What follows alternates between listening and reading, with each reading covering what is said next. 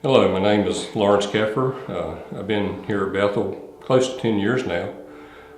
I'm married to my wonderful wife Lori for 29 years now. We have one grown son that's married. We have a granddaughter that's going to be a year old very soon.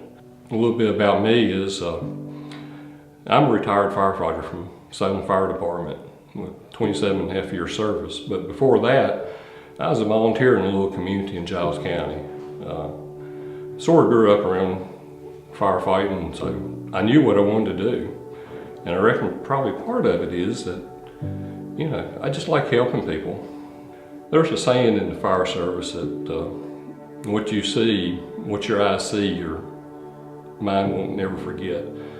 There are times in my past that, you can say that you have nightmares or you can't sleep because of a certain call or something. Even today, being retired, you think about those things, and that's probably the toughest thing, for me, is to shake those memories, because they're always going to be there.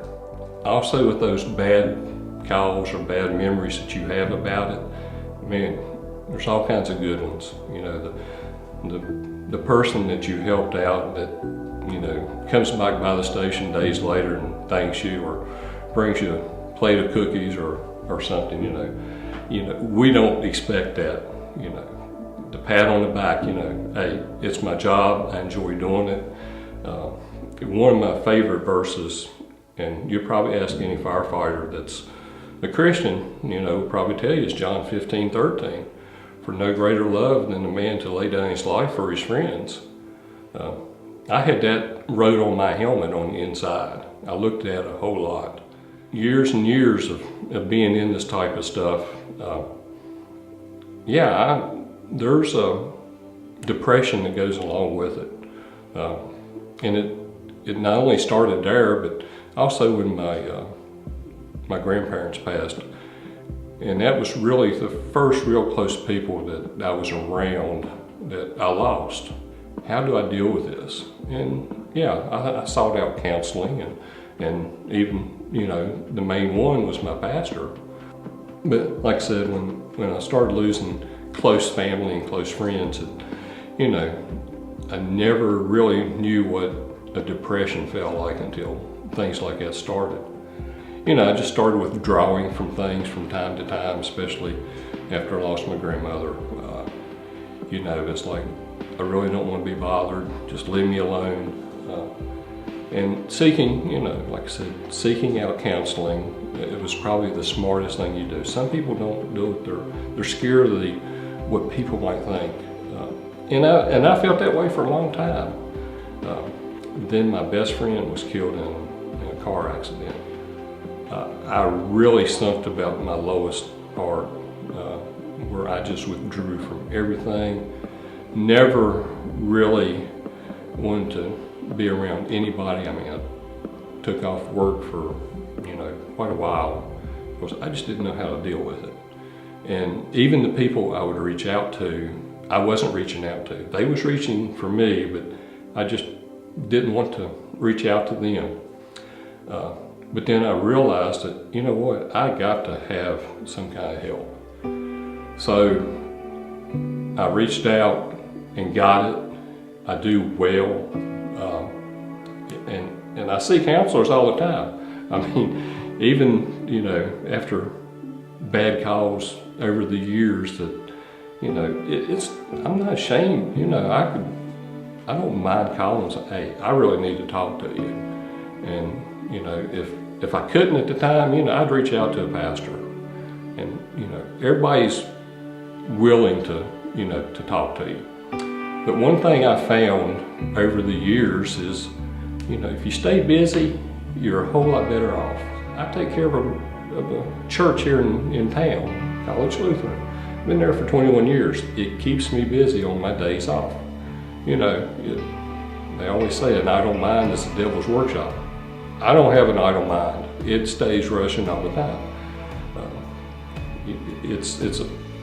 Now it's a 5-day-a-week job. I go in and spend less hours each day than all day and a lot of hours. So But the other thing is, for the Bethel After School program, I take care of the big yellow bus across the street. I go pick up at a couple schools and get the kids here from West Salem and South Salem here to the Bethel After School. It keeps me busy. I enjoy it. I enjoy being around people. But still, I have that time, especially with the winter months coming up. It's, you know, there's not enough sunshine for me. Everybody deals with it different. I find that you know, it's easy for me to talk to somebody. I can't let it go too long. I have to reach out to somebody. Luckily, my wife is a good listener, and we share lots of things. Some of the things that you see over the years, it can wear on your heart and your mind. And if I didn't have a good, strong family, good, strong church family, I don't know what I'd do. You know, that's a work. I mean, the devil's working on you all the time. The devil is out there all the time. And depression is one way that he works to get you.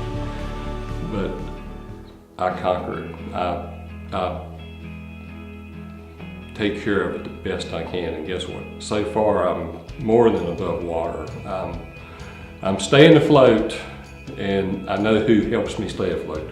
Because he's my lifesaver, and that's the Lord Jesus Christ. He can help me overcome about anything. So we just put all my, another favorite verse of mine is 1 Peter 5:7, where it says, you know, cast all his troubles upon him, he will take care of you, you know, and that's, you don't know how many times I've done that. And it's not just, you know, in relationship, you know, family things or firehouse things or anything, but man, I use that verse all the time, even on the school bus, getting the kids sometimes. It's like, man, I can't wait to get these youngins back to the daycare, you know. But really have fun with that too. They're really fun. Like I said, you know, you put all your trust in the Lord Jesus, you'll be fine. With that, go get them.